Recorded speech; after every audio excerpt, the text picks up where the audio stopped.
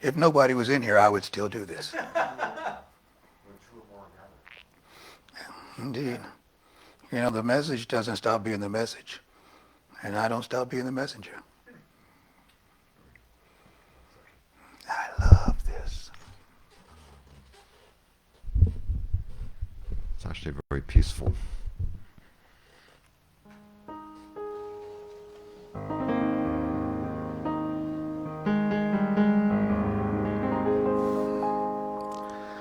In this very room, there's quite enough love for everyone.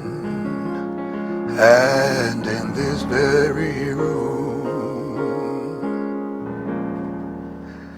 there's quite enough joy for everyone.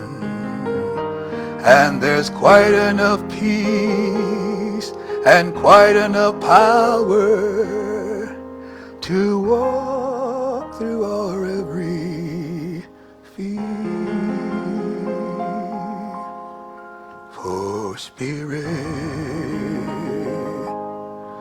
For spirit is in this very room, in this very room,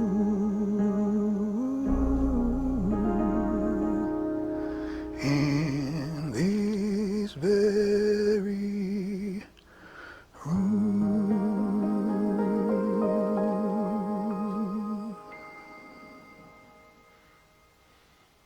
How good it is to come together with beings of like heart, mind, spirit, and nature, and to know that once again, that there's one life, one mind, one power, one presence, that there's one eternal giving nature that lives and breathes and has its being in and through and as all of creation. It lives and breathes and has its being in and through and as me, in and through and as the San Francisco Center for Spiritual Living, all of the live streamers online, everyone present here today, everyone in our hearts, everyone in our minds, every anticipation, every memory, every circumstance, every situation, heartbeat by heartbeat, breath by breath, God is all there is. Resting and abiding in me and through me and as me, I know this service is already complete in mind. That everything necessary for the very best outcome is already occurring. And that the best of us is open to the rest of us and allowing even the darkness to find its place in the divine embrace of wholeness. For this truth I give thanks and praise. I release and I let go. And so it is. So it is. And I say, It's a good piece for the Gay Pride Sunday. This joy that I have, the world didn't give it to me. No, this joy that I have, the world didn't give it to me. This joy that I have, the world didn't give it to me. No, the world didn't give it. The world can't take it away. this love that I have, this love that I have. The world didn't give it to, the world didn't give it to me, this love that I have. The world didn't give it to me, this love that I have. The world didn't give it to me, no. The world didn't give it, the world can't take it away. This peace that I have, This peace that I have, the world didn't give it to me, no. This peace that I have, the world didn't give it to me. This peace that I have, the world didn't give it to me, no. The world didn't give it, the world can't take it away. one more time. The world Didn't give it, the world can't take it away. Yes, Right. indeed. Indeed.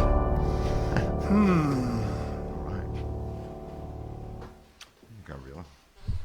This brings us to our reading, yes? The reading is in the Science of Mind. Yes, and I will be doing our reading. It looks like I'm the show today. Well, Gabriela just came Gabriela's in. here. There she is. And we That's Gabriella. This is Jeff. Never been here.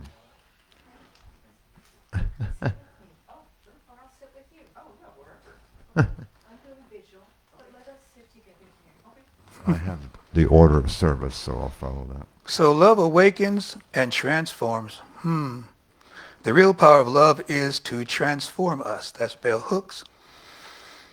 And Dr. Holmes says in The Science of Mind on page 43, love points the way and love makes the way possible. Love is a sacred alchemy that calls our spirit to awaken and expand. It is a living presence that stirs the depths of our being, inviting us to greater awareness and unconditional grace.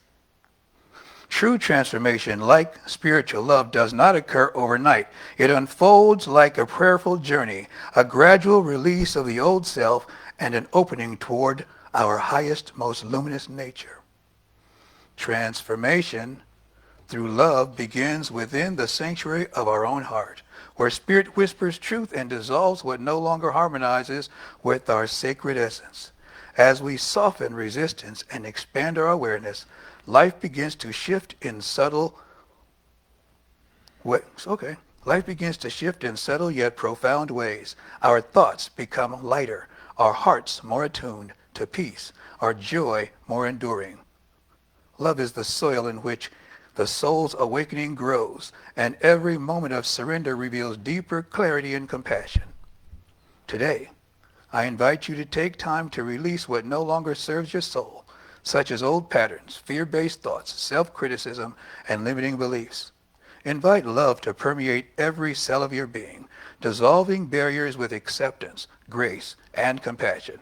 With each breath, deepen your sense of connection to the divine and to life's creative flow. Let transformation be a gentle emergence, guided by love's wisdom rather than by force or striving. Remember, love is not asking us to become someone new. Love reveals who we already are, beloved, whole, and connected to the infinite. In every change we see spirit at work within, shaping every step toward coherence, peace, and life-affirming purpose. Our affirmation for the day: love transforms me each moment. I align more deep. Love transform me. Let's repeat after me. I'm getting a look, all right? Affirmation. Love transforms me. Love transforms me. Each moment. Each moment. I align more deeply with spirit. I just let me sit Maybe down. read the whole thing once so we get the I gist. read the. Somehow I got a little lost my place. What is? Let's make it simple because there's so many words. You know what it is? Let me just be real. So many words that I've lost the message. Can't But see. what we know is that love transforms us. It's see. It is the truth of who we are, It's true. and that we have the absolute guided opportunity to release with whatever we hold that is unlike love. That is absolutely true. And that's a lot of words for us to say, to repeat back. So I can do this. Actually, the punctuation is a lot clearer for me now. I'll also go through it. Love transform me. Love transforms me. Each moment I align more deeply with spirit. Each moment I align more deeply with spirit. And step into my divine destiny. And step into my divine destiny. Indeed, and so it Hallelujah. is.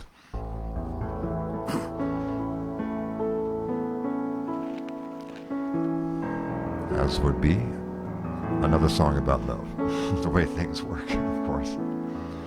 In this moment, in this place, I remember who I am, letting fear and worry fall away from me. I open my eyes and see there is only love. There is only love. Love that heals, love that sets us free. There is only love. There is only love. There is only love. Love that heals, love that sets us free. There is only love.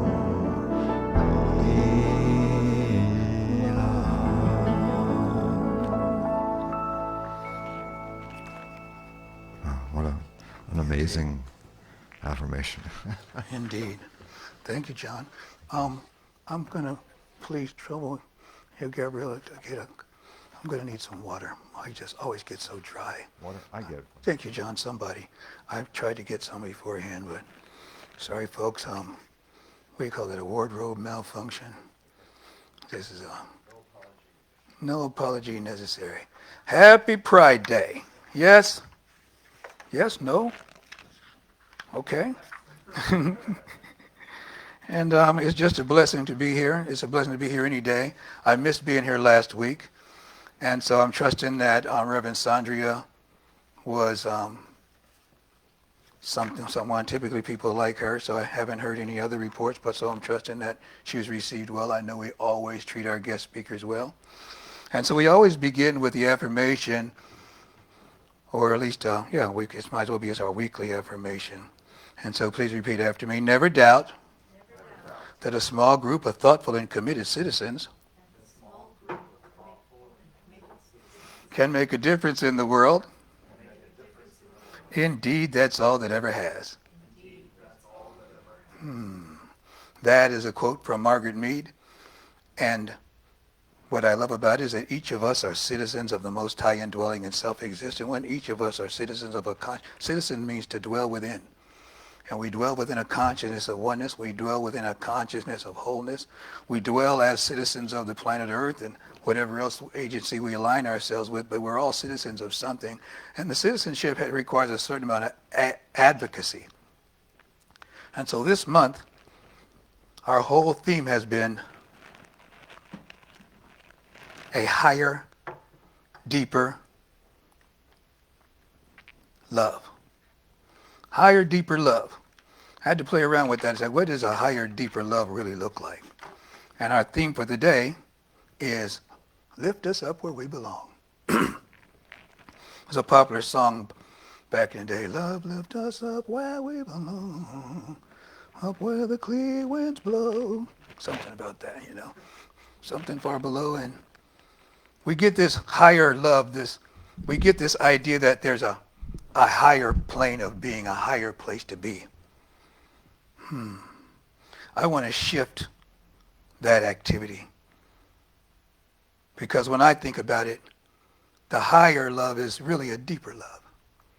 And the deeper love is a more inclusive and expanded love. And that deeper, inclusive, expanded love creates a vibrational frequency that feels higher, because we can feel more, see more, experience more as that same consciousness. So the higher love we seek, the song is about a higher love. We're asking something to happen outside of us. That song is saying, Lord, lift us up, as if there's an outside agency that can raise us to a higher frequency, a higher vibration, so we can have a better view. But we don't get a higher view because we've been lifted higher. We have a more expansive view because we've infused ourselves with more of all that is.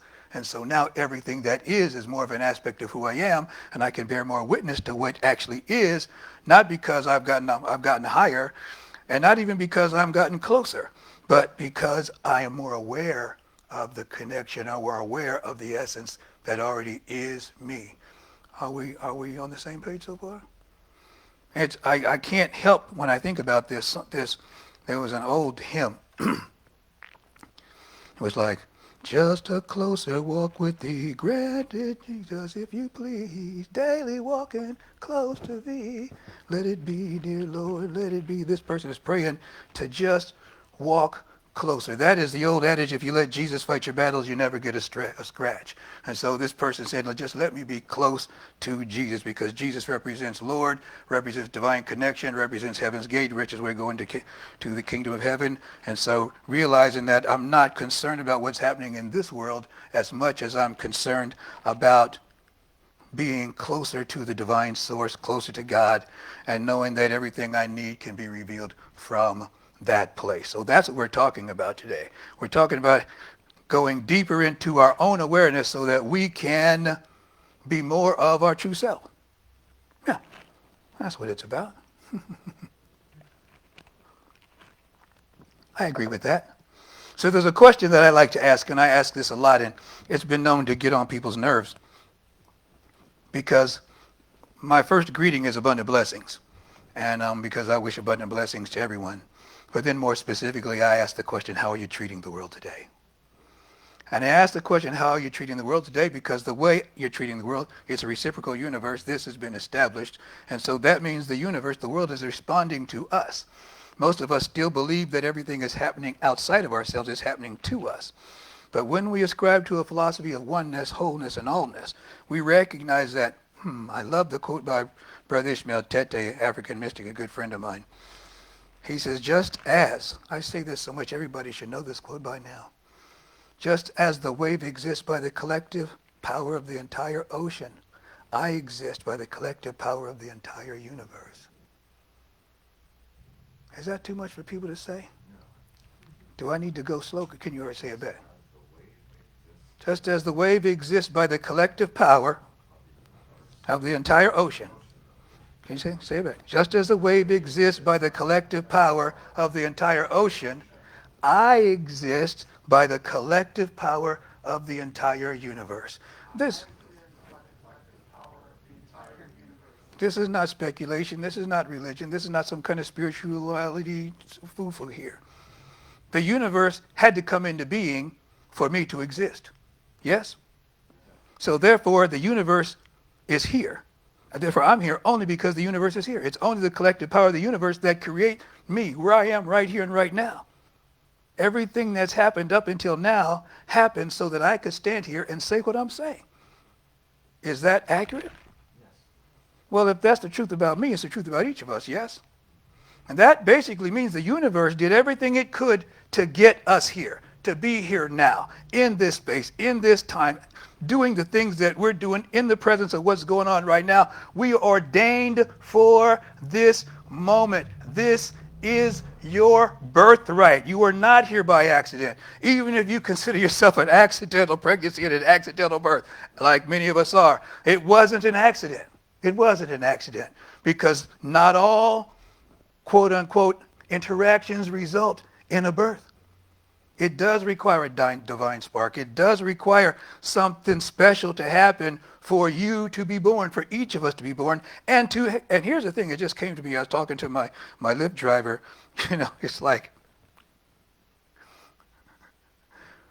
we all here for the same reason. This is something nobody can deny, which nobody can deny.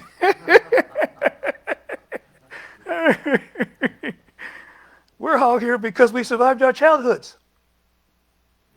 Is that true? I like to have these empirical truths that nobody can refute. We're here because we survived our childhood, period. Well, I didn't survive. I had a great childhood, yes. And you prevailed over your childhood. You survived it, meaning you existed beyond it. Who you are is still present. Now, typically, I would say that childhood is traumatic because it usually is. Even people I've met who got everything they wanted, that was traumatizing to them. And so it's like, wow, really, that traumatized you? You got the pony and you're still mad? Wow. It's hard for me to get that, but, I have to accept what they're saying is true.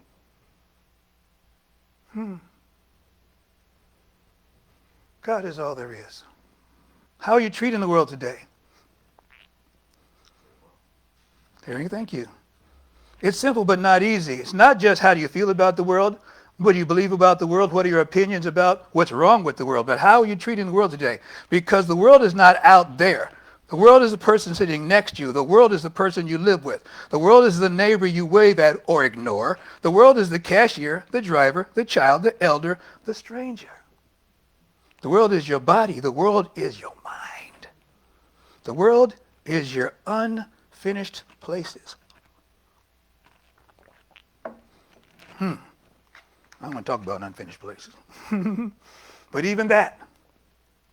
So when I ask how you're treating the world today, I'm asking a spiritual question. One of the practitioners here would just be says, it seems like you're trying to set me up when you ask me that question, like you're trying to manipulate my mind or my consciousness.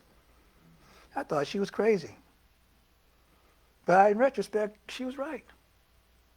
Because I'm drawing attention back to the realization that there's a reciprocal universe and it all begins with me. It is done unto us as we believe. We don't want to hear about that when things aren't going our way. But responsibility means I have the ability to respond. Responsibility doesn't mean it's your fault that it turned out this way. Responsibility means I can respond differently and change the circumstances. I can respond at all. I'm not, even if I just quiver in fear, that is a response. Yes? I'm asking, how are you treating life? How are you treating the presence of God, expressing as creation? How are you treating the field of your own becoming?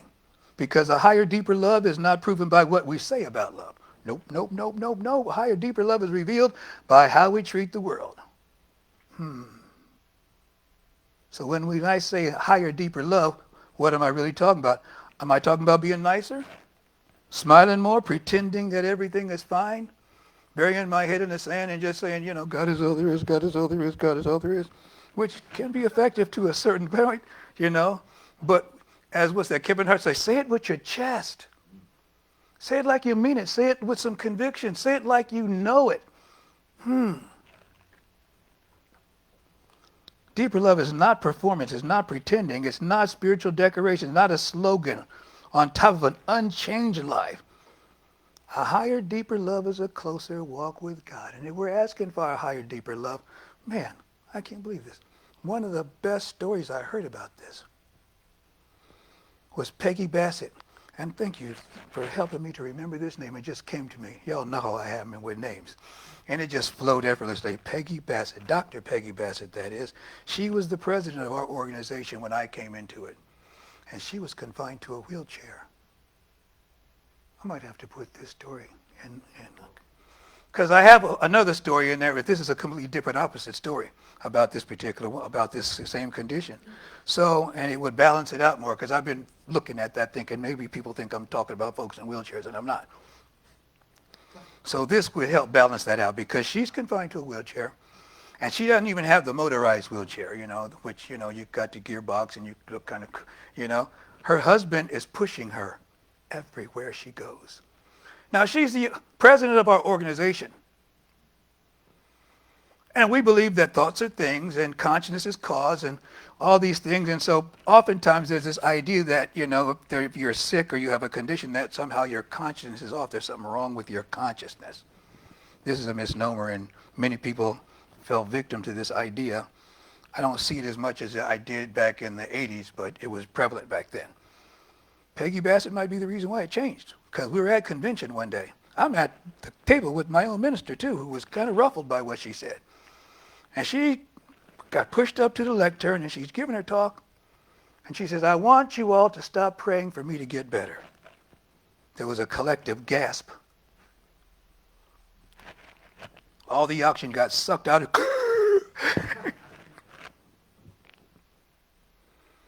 People are on pins and what is she talking about? She says, I don't want you to pray for me anymore. I'm not trying to get better. I'm trying to remember the full text, but basically, I'm content the way things are. She said, my whole life, all I ever wanted was a closer walk with God. And now, everywhere I go, my husband pushes me there. I can't do anything for myself. I have to depend on God to set it up that someone comes and helps me to do everything that I do. He takes me everywhere. He dresses me. He feeds me. He bathes me. Everything I need, he is doing for me, and I have to trust that he's doing it for me. I have to trust God that he's going to keep doing it for me. I have the closest walk I have ever had, and I don't want you to pray for me because I'm not trying to get better. There was dissension among the ranks. Some people thought, well, she's just saying that because she's given up. They just can't wrap their minds around it. I'm a neophyte, okay? I'm sitting here, I'm like, I got my popcorn. I'm like, this is fascinating. This is like the first convention I've ever been. This is blowing my mind. I said, oh, wow, I'm into something right now. This lady's saying, don't pray for me anymore. I'm happy with my condition. My condition serves me. Are you feeling me on this? She's finding the joy right where she is. She's growing where she's planted. She's realizing I'm making a difference just like this. I'm making a statement that everybody, this is not an infirmity to me. Then you have to ask ourselves, well, am I describing as an infirmity in my life? If that's not an infirmity in her life, then what's that guy's? I don't know his name. The guy. Anyway, I don't have to go there. Which he's a guy's a quadriplegic and he's a motivational speaker. And I watched the film. He's like sideways on this table, and he sits himself upright with no arms and no legs, and he looks out at the audience and he goes, "So what's your excuse?" You know, kind of putting people on blast. A deeper love, a closer walk. And this walk it's a daily, intimate, surrendered walk, like Peggy Bassett's. It's a walk we're lifted into a consciousness that treats the world differently. You treat the world differently because you have a different perspective about your relationship to the world. It's not about trying harder to be good.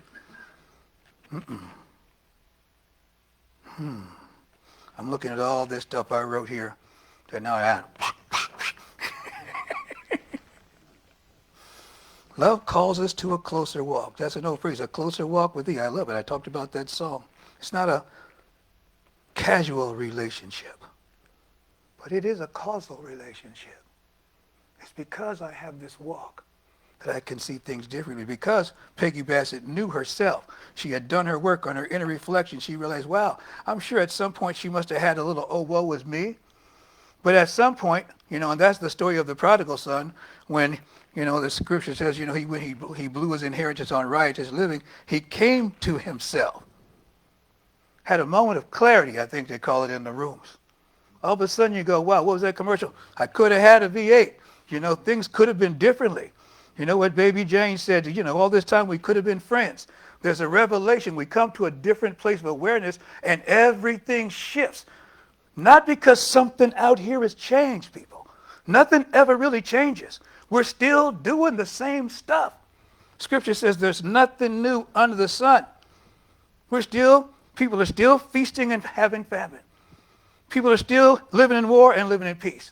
They're still living and dying. Babies are still being born. Cruelty is happening and great compassion is happening. Nothing has changed. A new flavor, a new version. Well, it's worse now. It's more intense now. You know why? Because it's happening to you now. It's not history now. It's not something we read about in the books now. But if you were alive during the time of the bubonic plague, you'd swear that was the worst it's ever been. And we'd be hard-pressed to prove you wrong even now. Everybody who thinks it's worse now. There's been all kinds of horrible things humanity has been through.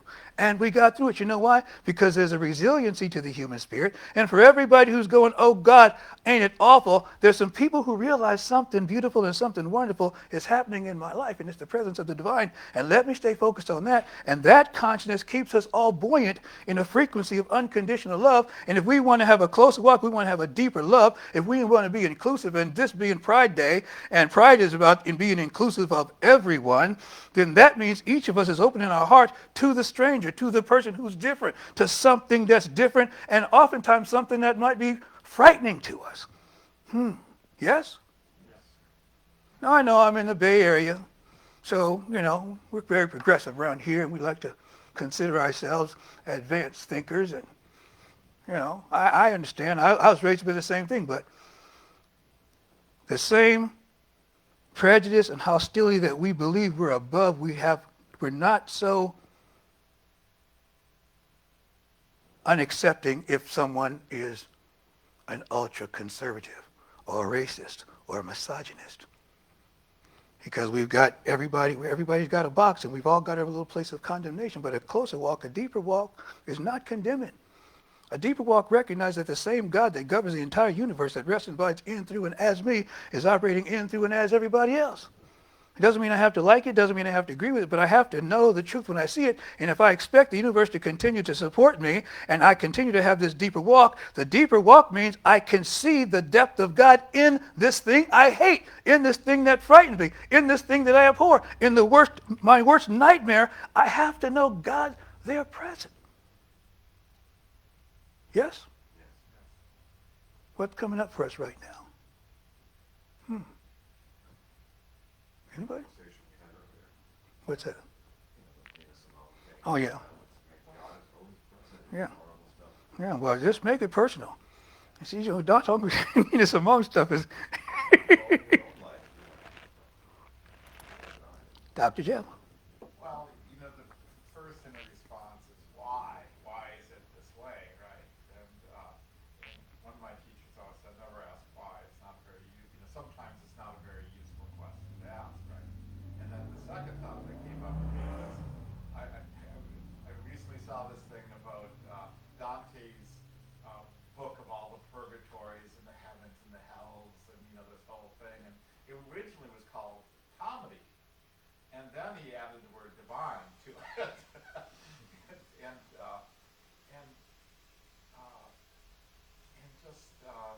just the idea that there's something joyous, even and beautiful, even with the extremity of this human experience.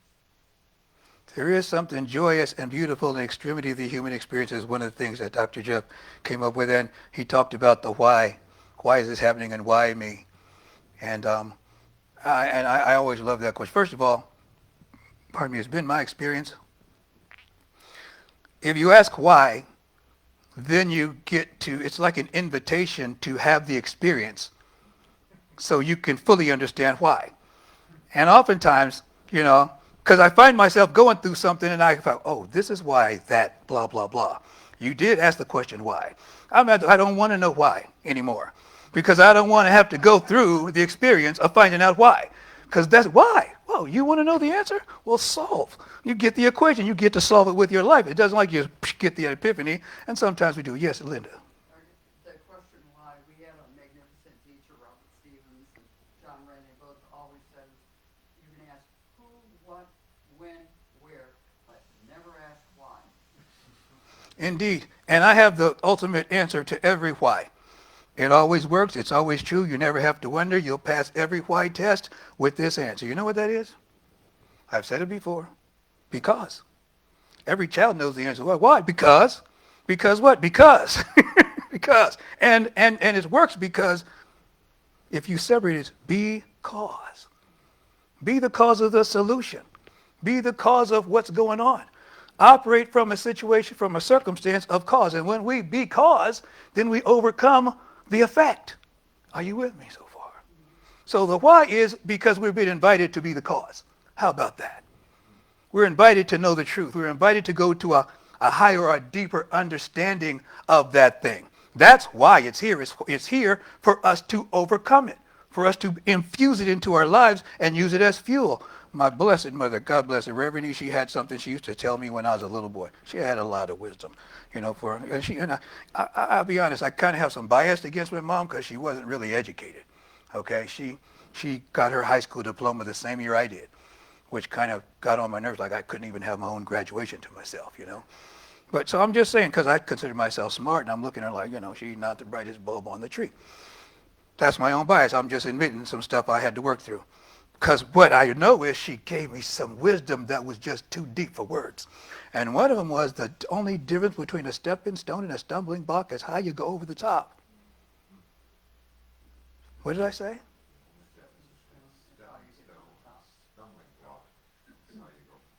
Indeed. Indeed. And The world that we live in, the rational world lives in why. yes. We're trying to figure out why this, so we're still conditioned, and we never get the answer because it's not. It's a very, what's that, left brain idea? The intellect believes it should be able to understand everything and organize everything and be in charge of everything. And that's the fallacy that puts us in this mythic individualism where, it's us against the cosmos. But the more indigenous cultures will reveal that we are one with the earth in which we live. What's the natives say? We didn't create the web of life. We're one strand within the web of life. And what's that? I don't know what the god Indra created the world with this great net, and every jewel is one aspect of the universe in this great netting of Indra. And we're all divinely connected, or all divinely one in the deeper walk. The higher love is a more inclusive awareness of our relationship with the whole. And that's what this is about. We're talking about increasing our relationship with the whole. Closer awareness of the source. Because when we're not connected to the source, we run out of patience, we run out of compassion, we run out of kindness, we run out of grace. We're tired of it. I mean, I'm not going to lie, sometimes I literally say, could I just be right one time, please? Could somebody just be wrong once in a while? I'm tired of all this metaphysical gobbledygook.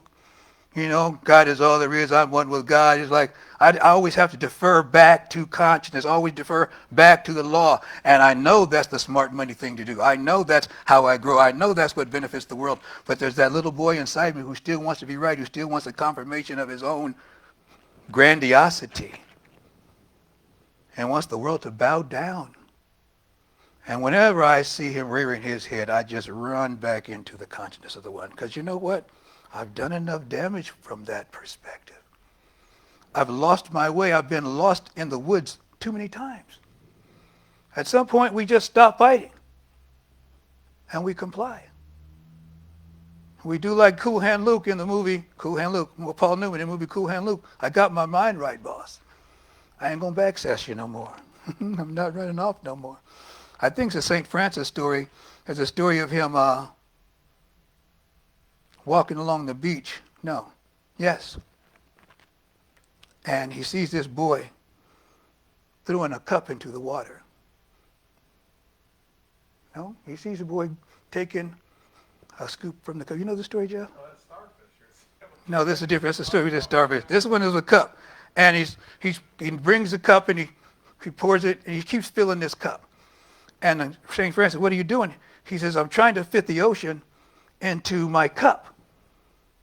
And he's startled by that. He says, well, you can't put the entire ocean in that little cup you have. And the child looked at him and says, isn't that what you're trying to do with your religion?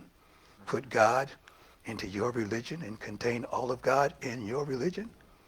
And then St. Francis has the epiphany, and I guess they say the child throws the cup into the water and disappears, and so I would never ask, is the story true? Did you learn something from the story?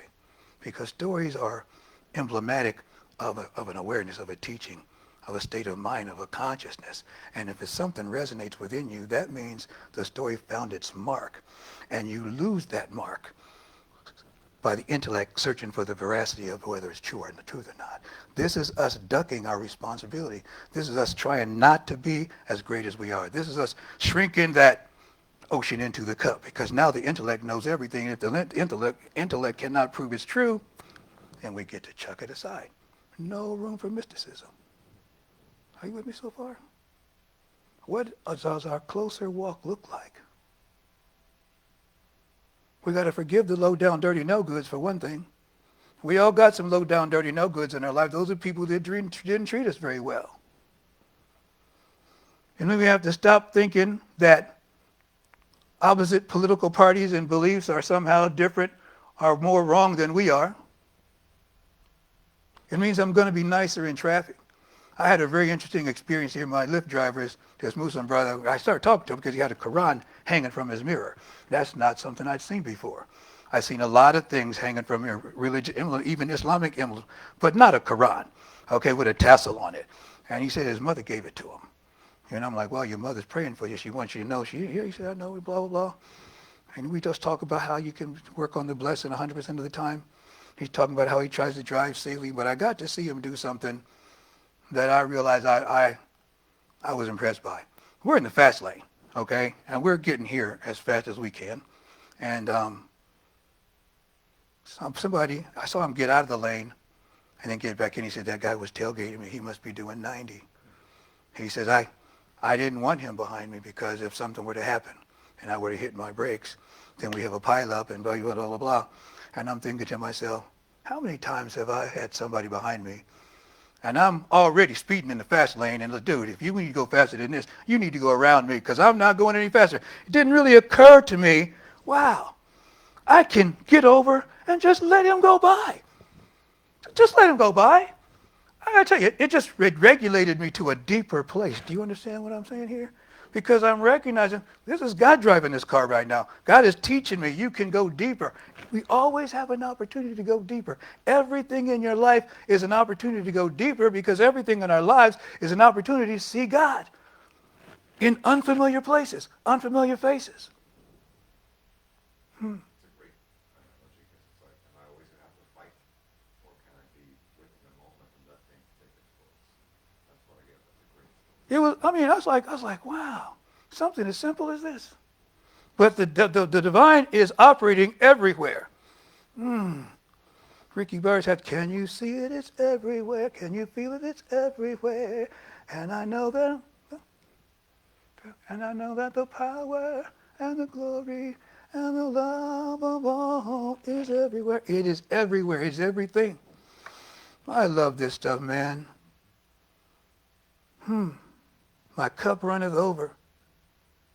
Michael Beckwith talked about it in his book, Living from the Overflow, that you stay so deeply committed in consciousness in your meditation and prayer that your cup is full. That's a basic Christian tenet about that your cup gets filled and running over. My cup is full. I already heard that.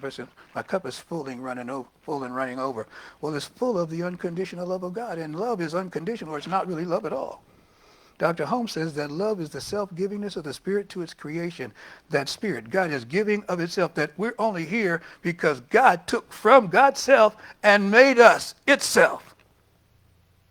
And scientists will tell us that everything that exists was once the core of a star. And that we still hold properties of a star. We still have metal in us. We still emanate light. We still emanate heat. Properties of a star. That we're literally stardust. And then went further to say that the matter in the universe is not even matter, but everything is energy. Everything is energy. Now, religious people say everything is spirit, everything is God. Science says everything is energy. Energy, spirit, both of them invisible, both of them at work, both of them doing stuff. Boom! Maybe they're not that different. If there's an epiphany in people, there's an awakening. It's like the light goes on, there's something snaps within them. There's a current running through our body right now. We generate electrical current. We're still trying to find differences because that's what the intellect does. The intellect breaks everything down into smaller pieces so it can understand it. That's not bad. That's a reasoning process. But there's an intuitive process that doesn't need to know why. It just knows. We call it our gut instinct. That's what the people in law enforcement and firefighters and soldiers whose lives are on the lines, they talk about the gut. We call it women's intuition because, men, we're supposed to be so logical. That's we created this little lane for ourselves that separates us from our most greatest power.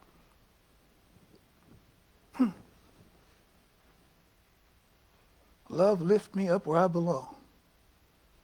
When we forget, we fall into reaction, into fear, into grievance, into resentment. We fall into that belief that we're alone.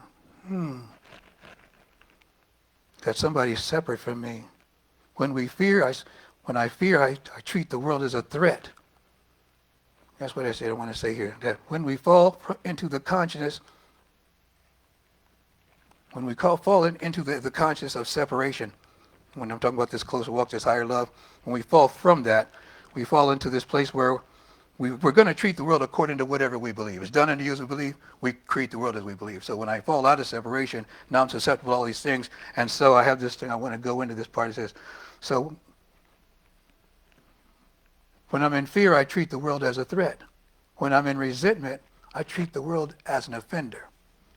When I'm in scarcity, I treat the world as competition. When I'm in shame, I treat the world as a judge. When I'm in ego, I treat the world as something to control. But love lifts the consciousness. It doesn't always have to change something out there. It changes the part of me of where and how I meet the circumstance. When you change the way you look at things, the things you look at begin to change. The traffic might still be traffic, but I'm not the same driver. That happened today. The conversation might still be different, but be difficult, but I'm not the same listener. The person may still disagree with me, but I'm not the same presence in the room. The world may still have pain, injustice, confusion, and complexity, but I am not meeting it from the same level of consciousness. Einstein says a problem cannot be solved at the level it was created. You have to go above that. Even singing. there's something that says, there's a couple of things this reminds me of in the moment. When we sing to hit a high note, you don't reach for it. You come down to it. You imagine the note and you come down to the high note if you want to stay on pitch. If you want to save a drowning person, you can't just swim out to them because they're flashing trying to save themselves. They'll grab you and say, you have to go underneath them and come behind them. And then you can tow them back to the shore. I'm saying there's a place we have to meet the thing that looks frightening, and we've got to meet it from a different consciousness. Someone who knows how to save lives knows how to meet it from a lifesaver's point of view. A singer knows how to hit the high note from a singer's point of view. We can live life from a point of view that says, I know that God is all there is, and this too is God in my life. Now, it doesn't mean I have to like everything about it, because God is the good, the bad, and the ugly. Sometimes God is ugly. Sometimes is the opportunity that's in your face that's so different. Sometimes God's the bully. And it's something that you have to get past. It's something you have to overcome. It's something you have to see yourself beyond, and you don't get there. Even children, we don't learn to just walk. We learn by falling down and getting up, falling down and getting up. Eventually, our legs are strong enough to start walking. They're not strong enough to walk when we first start crawling. We have to get up and fall, get up and fall, get up and fall. Finally, my legs are strong enough that I have balance. Then I take a step and I fall because I'm not strong enough to have balance in my legs yet. Are you feeling me so far? Perhaps the difficulty in your life is just learning how to walk in a higher level of vibration, a deeper connection to spirit, where now I can see the frightening, ugly, horrible thing and know that, I love this part, I love this part, I know who you are. You look like a low down, nerdy, you look like low down, dirty, no good. You look like something that I need to be frightened. You look like something terrifying. You look like something vile. You look like my worst enemy, my worst nightmare, but I see you, God. You are the divine, cleverly disguised as a problem, cleverly disguised as disruption. Can I see the divine in the disruption? Because that's what we're being called to do today, people. We are on the front lines. That's why we got up this morning. There's something inside of us that's not content to lay in bed and let it happen to us. Something is calling, Arr! It's the call of the wild. The soul will not be repressed. That's the good news. That means there's always more. Dr. Holmes says there's more to me than flesh and bone. Glory, hallelujah. There's more to me than flesh and bone. That means I don't have to solve my problems from the level of flesh and bone. I'm changing my relationship so I can extrapolate the blessing. Are you feeling me on this? So whatever it is that's coming up for you right now, there's a blessing waiting for you right there. There's unclaimed territory right there. There are riches unfolding right there. And in order for me to get that blessing, to receive that blessing, to have and be that blessing, I have to approach it from the consciousness that it is a blessing. And how do I do that? Glory to God. Glory. How do I do that? I bless it. I bless it. I don't look to seek what it is. I'm not trying to describe it. I'm not trying to define it. I know what it is, and that's why you hear me say all the time, I love Dickens' line from The Christmas Story. Tiny Tim says, God bless us, everyone. I say that every day, all day long. Every time I'm having a problem that I don't understand, something gets to me, it starts to disrupt my equilibrium, my sense of wholeness, I default to, God bless us, everyone. And he doesn't say everyone. It's not one word, everyone. Kind of confused me because I said, well, why wouldn't he say everyone? He says everyone. That means like every single last one. He says everything. And so now I'm the blessing of the world. That's how you become the blessing to the world. It's easy to become, you don't need a special dispensation from God to be the blessing to the world. Guess what? You are the special dispensation from God already, or you wouldn't be here. And you have the ability to bless the world because you can say, God bless this right now.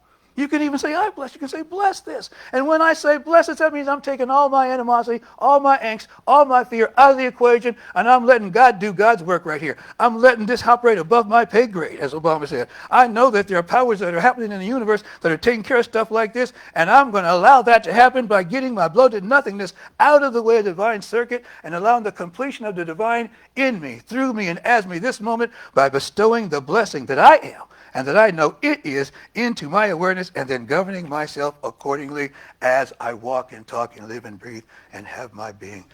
That's why the scripture says, bless those who despitefully use you. What other chance do you have? What other choice do you have? Oh, you can fight them tooth and nail. You know, eye for an eye, tooth for a tooth leaves us all blind and toothless. This is not an indictment on blind, toothless people. Just a reality check. So I have to let go of all my I'm going to get you. I'm going to make you pay. That was the other chair story. The woman that was in my class who asked for prayer when it came to me that she needed to work on some forgiveness, she said, if I need to forgive them, I just as soon stay in this chair. Some of us have adopted a chair that we're going to sit in. We're going to take this grievance to the grave. We're proud of it. I'm proud of it because it means I stand for good. Well, how's that working out, you know? Am I happy? Do I have joy? This is a call to action, people. To arms, your consciousness is calling. My weapon of choice is love. My weapon of choice is love. I choose to love the world into submission. Not that I expect the world to submit. This is coming to me right now. I realize I say this all the time. And I did mean that I'm going to love it into submission. I did mean that I'm just going to choke it with love. Just telling it myself here. But it's coming to me like, no. I'm loving the world into submission because I am submitting to love as the only condition that exists. And so I'm loving myself into submission so that I can learn to be at peace with the world on the world's terms by operating in the world, but not of the world. Is this making sense what I'm saying here? So today, your higher self, your deeper self, your self as one is calling for you to experience the deeper love and be the deeper presence and be the blessing for all life kind and enjoy the blessing of your life. Thank you very much. Thank you. That new lavalier is screaming. Full sound. I had to turn it down. Thank you. We got some new mics, so it's really working well. Man. I'm just caught up in, I brought up Christian theology. Yeah. So the music never leaves. We're always layering who we are based on what happened before. And that's the beautiful thing about the stepping stone, the stumbling block. You don't see it as an obstacle. You stand upon it, and this is a new foundation. It contains everything that's ever happened to me. I'm stronger because it happened to me. You break a bone, the bone heals stronger. You know, that's just the way it works. That's like how about coherence. And I'm remembering Francione, who's a predecessor to me here, her favorite hymn. And one of my favorites is, I come to the garden alone while the dew is still on the roses, and the melody that he gave to me within my heart discloses.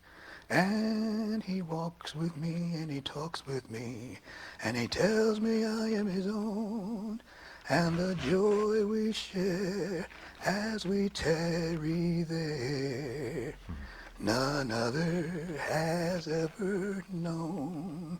It's a very intimate song about walking in a peaceful garden and meeting the Spirit of God there. And that's exactly what happens when we slow down and regulate our breathing and allow the stillness to take root as our being. This brings us into our time of sharing, which is another opportunity to practice another practice or another spiritual principle, which is the law of circulation. And I'm grateful for all the gifts and the tithes that that is shared here. Let me say that first. Everything is used to extend this message throughout the world. We are a global organization. We're around the world teaching people, revealing the light, revealing the truth that God is, I am, and all is well. And we believe that this is the balm that the world needs, and that we are the consciousness that applies it. And that we're not the only tradition doing that, but we are one of the traditions that do, and we're grateful to do it, so your tithes are appreciated. It's also used to augment and beautify this particular center, to keep it going. This is a meeting place for a variety of beings, different practices. Come here. We have 12-step comes here. We've got a different meditation group here. At one point, we were hosting a seniors program during the week where they could come and be fed and have activities. So this is a community center. It's a spiritual center. And so your tithes and your offering help to support this. We're grateful for that. And we have a prosperity affirmation that I'm going to ask you to repeat after me.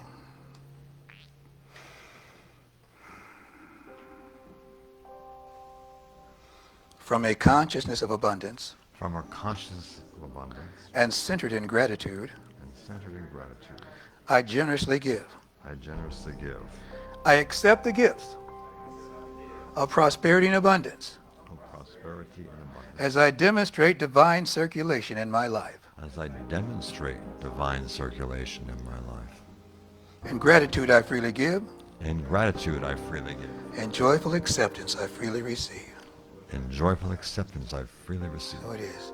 And If you're giving Daniel's online, coming forward with a basket. Go for it, Daniel. if you're giving online, the address is give@sfcsl.org, and that's for PayPal and Zelle. Thanks. Thanks, Daniel. I am remembering who I am.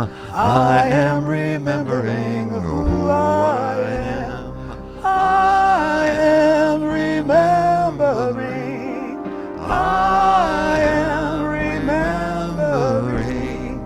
I am remembering who I am. I am remembering who I am. I am remembering. I am remembering. Yes, I. Giving thanks and praise for the offering received here today. Knowing that it is used to bless, consecrate, multiply, and send forth the message of oneness, wholeness, and allness throughout the realm. Gratefully accept. Knowing that this day and every day all is well. And so it is. So it is.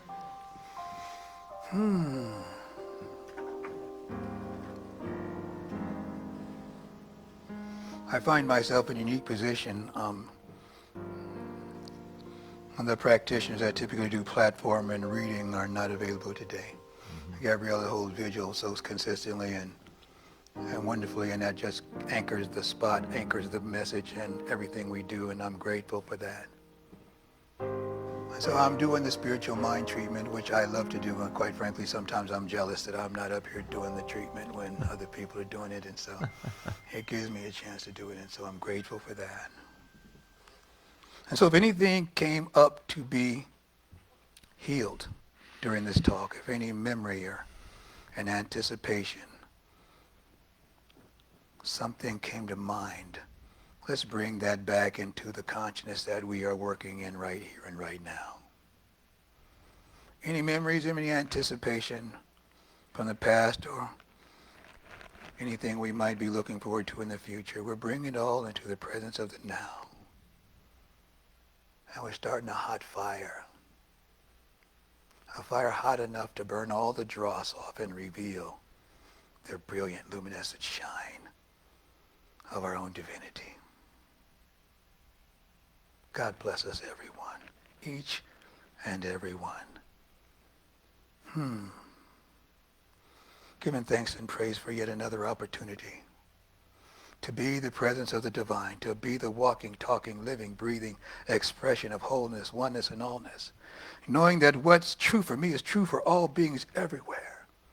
I speak first person, knowing that each of us is first person. And that there's only one us here, there's only one beingness here. And I'm operating from that beingness, recognizing one life, one mind, one power, one presence, and one eternal giving nature. It is the life, the mind, the power, the presence, the eternal giving nature of God, the good, the indwelling and self-existent one that lives and breathes and has its being in and through and as all of creation, in and through and as me, the San Francisco Center for Spiritual Living, all truth sinners and all truth seekers everywhere. I am one with the same life, mind, power, and presence. Each of us is one with the same life, mind, power, and presence. And right where I am and just as I am, and this divine giving nature.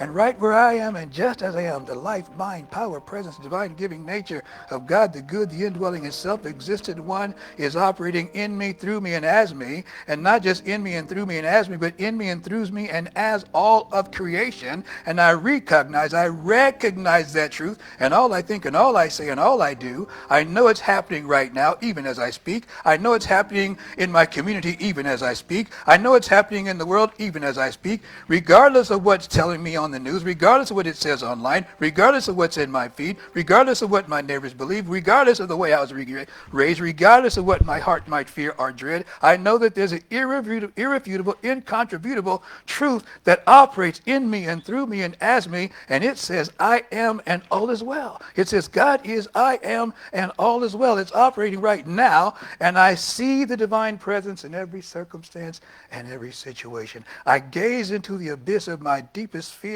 and I call the God presence forward by embracing that darkness and knowing we are one.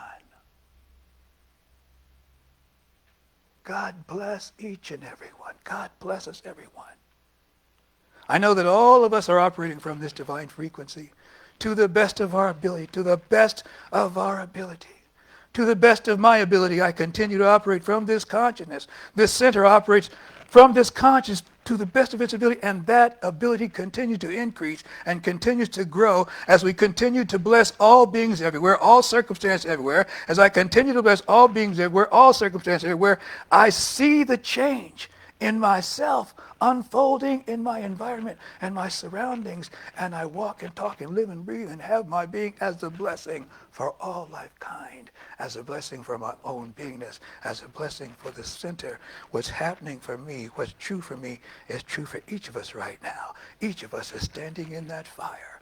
Each of us is allowing all of our grievances, all of our brokenheartedness, all of our delayed gratifications, all the denied expectations, everything that we feel has been working against us right now is grist for the mill. They're logs on the fire of transformation, and we shout to the heavens from the depths of our being, burn, baby, burn me up, burn it away, release it and let it go. And we're releasing from our consciousness everything unlike the glory of God. We're setting the captives free. We're sweeping out the jail cells of the occupation in our mind. We hold others captive for not being and doing and living the lives we expect of them. We let go and we let God of all the hurt, all the harm, all the danger that we've incurred this day. We say, yes, I see the blessing. I see the glory. I see myself on the other side of it, more resplendent, more beautiful, more powerful because of it. It's happening even now with this breath and this heartbeat. Glory to God. I say yes to my divine empowerment this day.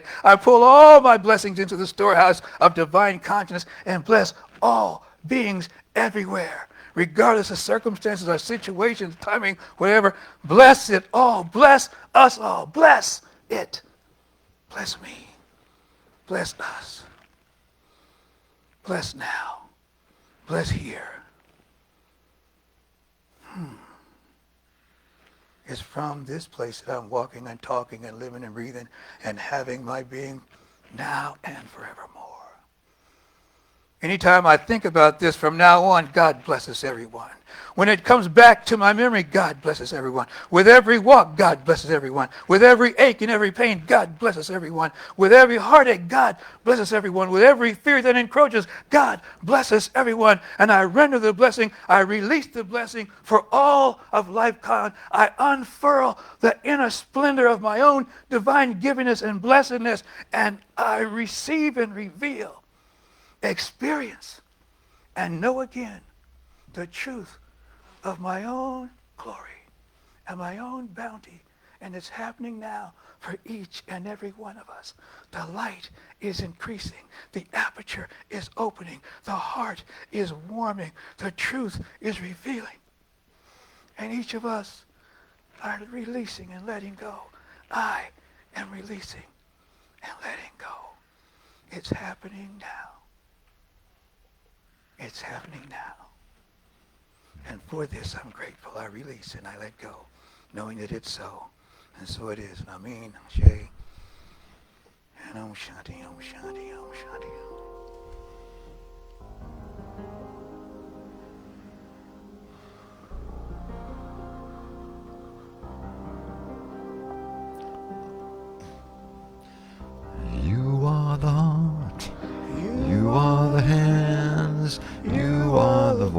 voice of spirit on earth, and all you are, and all you do is a blessing to the world. You are the heart, you are the hands, you are the voice of spirit on earth, and all you are, and all you do is a blessing to the world. We are the heart, we are the hands, we are the voice of spirit on earth, and all we are, and all we do is a blessing to the world.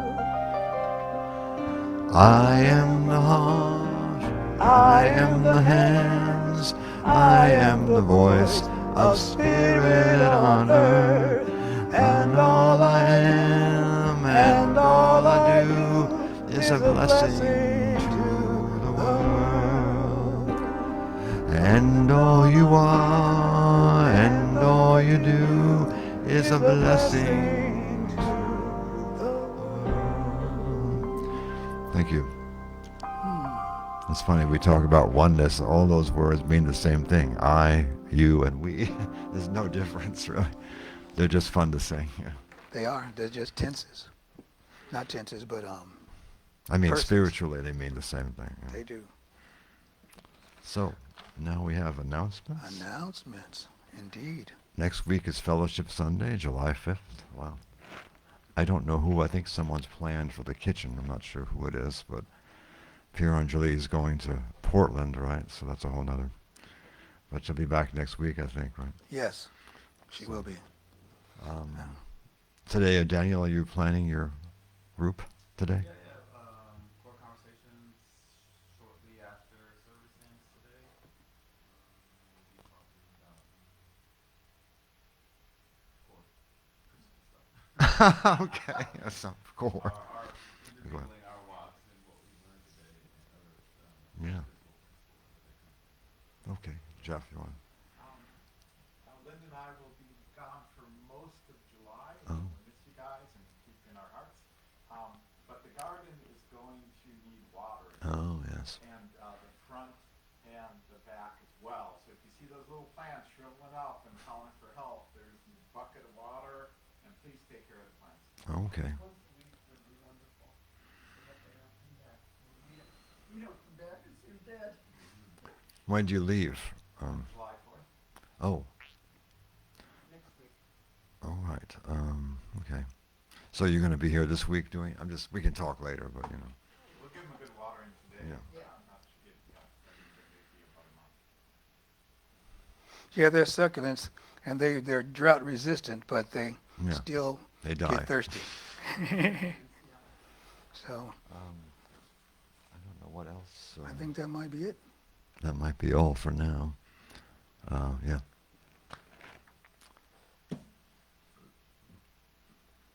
Yeah, I don't know what else. So I guess Did we sing our song? oh, that the was it? benediction, right? If it's benediction, I'm in position to do it. Yes, Okay. I think so. I guess I'm just hungry for new music. I'm having. Oh, you want to do some more? Well, I was going to just sing the closing song, but Okay, we can end on time, yeah, or even a little early. It's all right. get something to eat before Daniel's thing. Yeah, It's absolutely. only Try fair. it something different for a change. That's true. Indeed, absolutely. So I'm just giving thanks and praise for the service that's happened here for each and every one who's gathered. For our new member, Jeff, we see you. We love you. We know who you are, and we thank God for you. Please know that. You're welcome here anytime. This is the San Francisco Center for Spiritual Living. I like to call it the lovingest place on the planet, not because it's more loving than any other place, but that the consciousness of love rests and abides here for sure. And something I want to say as part of the announcement, because this came to me during my talk at East Bay Church. I'm starting to use pronouns now because I want to be more inclusive. And I want people to know that they're safe around me. And my pronouns are he, him, and they. Mm-hmm. And quite frankly, I actually feel a bit liberated by being able to say that. Because it releases me from the narrow confines of a box that I've been trying to be in for my entire life. Those are yours, you said? Those are my pronouns. Yeah, I'm not sharing anybody else's. Just want to make sure. Yeah, it doesn't work that way, though. So, Okay, thank you. So as we leave here today, we leave here divinely empowered and divinely inspired by the truth that rests and abides in and through and as all of creation. We allow that truth to operate in us and through us and as us as an animating principle of all being, and animates all we think and all we say and all we do. It walks when we walk, it talks when we talk, it acts as we act, it moves as we move, it sits as we sit, it is as we are. And we're grateful for this ibness and the beingness that operates in us and through us and as us, and so confident and so resonant and so fulfilled are we in this truth that we say with absolute certainty and confidence, please repeat after me, the light of God surrounds me. The light of God surrounds me. The love of God enfolds me. The love of God enfolds me. The power of God protects and watches over me. The power of God protects and watches over me. The wisdom of God guides and directs me. The wisdom of God guides and directs The me. substance of God supplies, supports, and sustains me. The substance of God supplies, supports, and sustains me. Wherever I am, wherever I go, wherever I go, whatever I think, whatever I do, whatever I say, whatever I think, whatever I do, whatever I say, God is. God is. And all is well. All is well. And so it is. So it is. Let's gather in a circle, and small circle, I guess, and sing, Say I am more. the place where God shows up. Indeed.